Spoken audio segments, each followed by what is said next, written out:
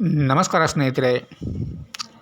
ಕನ್ನಡ ಚಿತ್ರರಂಗದ ಖ್ಯಾತ ಬರಹಗಾರರು, ನಿರ್ದೇಶಕರು ಆದಂತಹ ಮುರಳಿ ಮೋಹನ್ ಅವರು ಮರಣ ಹೊಂದಿದ್ದಾರೆ. ಅವರ ಆತ್ಮಕ್ಕೆ ಭಗವಂತ ಶಾಂತಿಯನ್ನು ನೀಡಲಿ.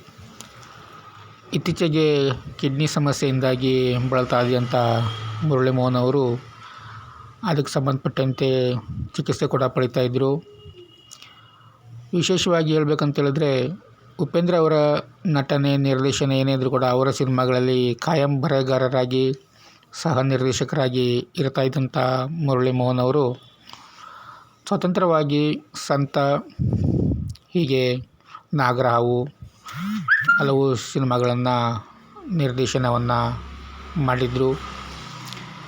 ಓಂ ಸಿನಿಮಾದ ನಿರ್ದೇಶನ ವಿಭಾಗದಲ್ಲೂ ಕೂಡ, ಬರವಣಿಗೆ ವಿಭಾಗದಲ್ಲೂ ಕೂಡ ಕೆಲಸ ಮಾಡಿದಂಥ ಒಂದು ಅದ್ಭುತ ಬರಹಗಾರರು, ಪ್ರತಿಭಾವಂತ ನಟರು ಕೂಡ ಆಗಿದ್ದರು. ಯಾಕಂದರೆ ಹಲವು ಚಿತ್ರಗಳಲ್ಲಿ ನಟನೆ ಕೂಡ ಮಾಡಿದ್ದಾರೆ ಮುರಳಿ ಮೋಹನ್ ಅವರು.